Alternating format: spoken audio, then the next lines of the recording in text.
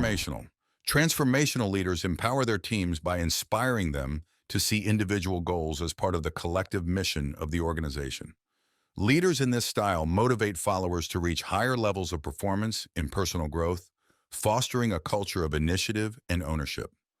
Through dynamic presence and inspirational motivation, transformational leaders empower their team members to realize their full potential and contribute meaningfully to the organization's success. Transformational leadership is foundational, and many of the following styles can be seen as forms of this style.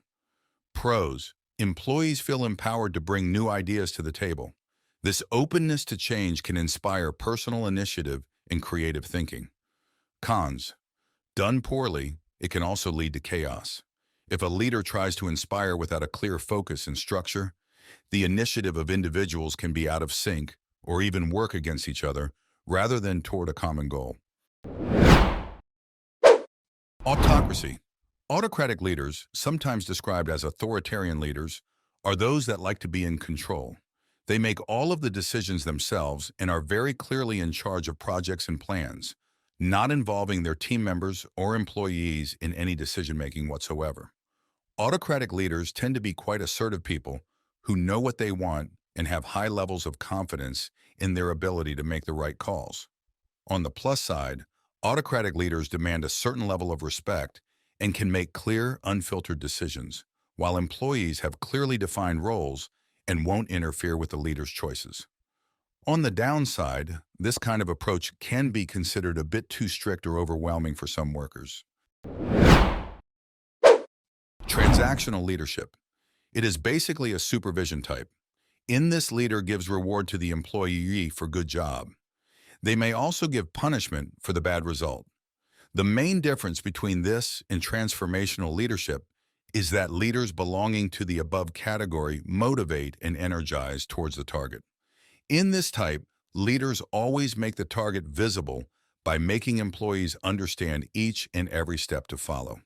They also give orders and instructions of what to be done next. Pros: in this type, leaders makes employee more productive. They eliminates each and every doubts of the employee regarding any task. Cons: leaders sometimes become insensitive towards their employees. They focus more on target rather on employees' creativity and encouragement.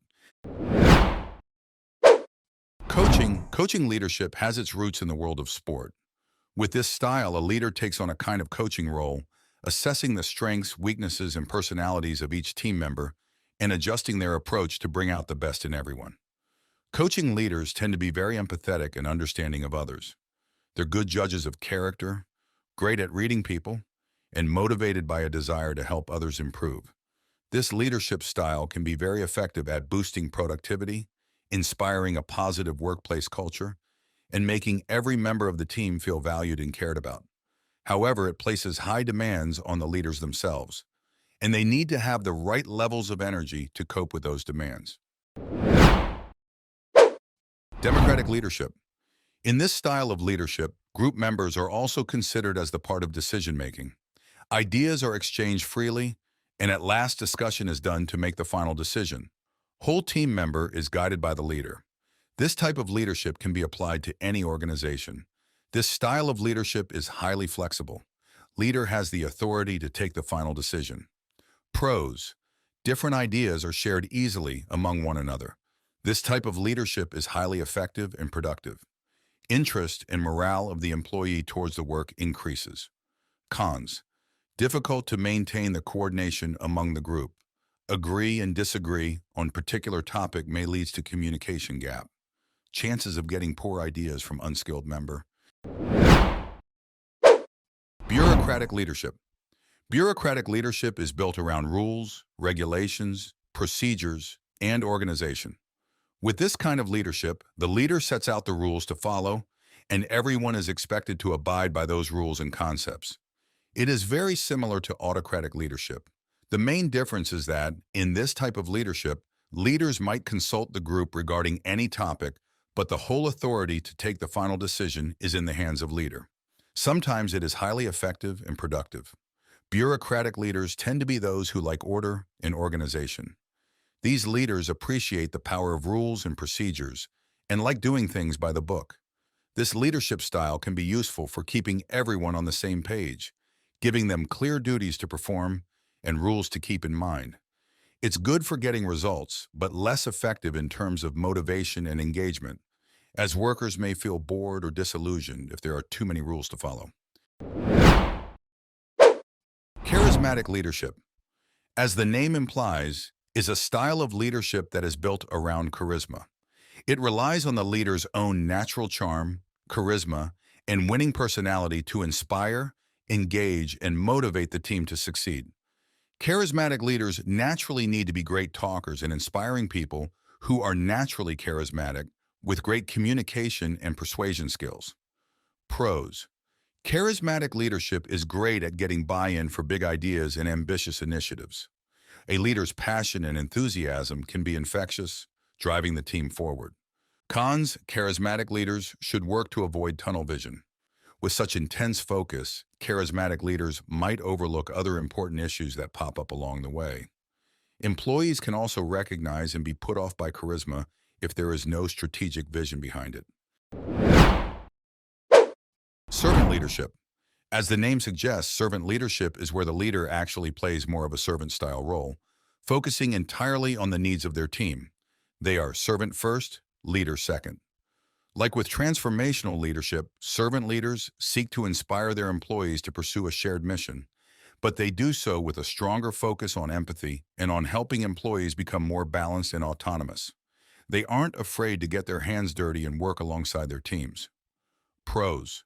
Servant leadership builds trust and boosts morale. By prioritizing the growth and well-being of their team members, leaders can create a supportive and positive work environment. Cons. Servant leaders can sometimes take too much of a backseat. They need to find a balance between knowing when to serve and when to step in and implement their own priorities for the sake of alignment. Situational leadership. It is all about flexibility. It's about adapting our leadership style to match the readiness level of our team members and the specific needs of the situation at hand. In this model, leaders adjust their approach, balancing between giving clear direction on tasks and providing supportive relationships as their team's readiness evolves. Situational leaders need to be smart, quick thinkers, able to adjust to new situations and alter their approach to fit the situation. A great benefit of the situational approach is that it lets you keep employees engaged and on track, even as circumstances and situations change and evolve. It can be a powerful method for engagement and motivation. However, it can be tricky for leaders who are new to this method to know how to respond in each situation. Quiet leadership style.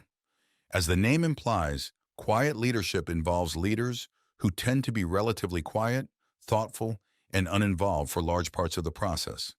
They still have authority and decision-making power, but won't just say things for the sake of it or get involved if they feel there's no need. This style has some overlap with the laissez-faire method. We will talk about it later. This leadership style can be useful at helping team members feel trusted. It gives them more space and freedom to do what they need to do without a loud presence ordering them around or micromanaging them. However, some workers may prefer a more vocal leader and could get confused about their role or duties if they don't have clear direction. Strategic leadership. It is a style of leadership in which top executives of organization develops tactics and vision for the welfare of the organization. They play main role in decision-making. This makes top management more responsible towards the goal. Pros. They develop structured and organized pathway for decision-making, which makes target more visible and clear. Cons. Forecasting may lead to inaccurate result. Flexible is difficult due to structured plans and strategies. Affiliative. Affiliative leaders strive to create emotional bonds with their team members and direct reports. Leaders who utilize this style put people before profit and believe the team always comes first. This style is focused on building trust within the team and fostering a sense of belonging to the organization. Particularly effective during times of heightened stress, affiliative leaders are effective at boosting low morale, improving communication, and creating a harmonious working environment. The downside of this leadership style is that constant praise and nurturing can cause performance issues to be overlooked and unaddressed. Visionary leadership. Visionary leaders are those who have very clear ideas or visions of what they want to do and simply rely on their teams to bring those visions to life. These people tend to be business owners and CEOs, outlining clear plans for their teams to follow in order to turn an idea into reality. Visionary leaders typically are innovative, creative, and good business people. They also have lots of confidence and self-assurance in their ideas. This leadership style can be useful for people who have specific ideas and innovations they want to implement. Many workers also feel motivated following a visionary leader, but some may lack engagement if they don't share the same vision. Laissez-faire leadership style. Laissez-faire is a French phrase that essentially means taking a laid-back approach and allowing things to run their natural course, without any interference. These leaders have little to no involvement in the decision-making, letting their team make the choices and simply serving as a point of contact or reference, should they need it. Laissez-faire leaders tend to be very laid-back and trusting of their team members to make the right decisions. One of the benefits of this approach is that it shows confidence and trust in the team, which can engage and motivate them. On the downside, if the team is not capable of making the right decisions, projects can fail terribly with a laissez-faire leader. Task-oriented leadership style. As the name implies, the task-oriented leadership style is focused around the task at hand. It's a results-driven approach focused on getting things done and not spending too much time worrying about the people and processes involved. Task-oriented leaders are often quite determined, scientific, and logical people who like to see results and aren't always too occupied with the precise needs and expectations of each individual team member. Task-oriented leadership helps to keep everyone on track and usually delivers results. This is a good method for hitting deadlines and making things happen. But if you spend too much time focusing on the task, the moods and engagement levels of workers may suffer. People-oriented leadership style. The total opposite of the task-oriented style. A people-oriented leadership style is all about people. These kinds of leaders put emphasis on the well-being, satisfaction, and motivation of every member of the team, even if that means that progress on the actual task moves a little slower. People-oriented leaders are people-focused, with great communication skills, lots of empathy, understanding of others, and a willingness to make people happy. This leadership style is useful if you want to get the best out of your workers and keep everyone as motivated as possible. But on the downside, it can lead to slower progress and a lack of focus on the task at hand.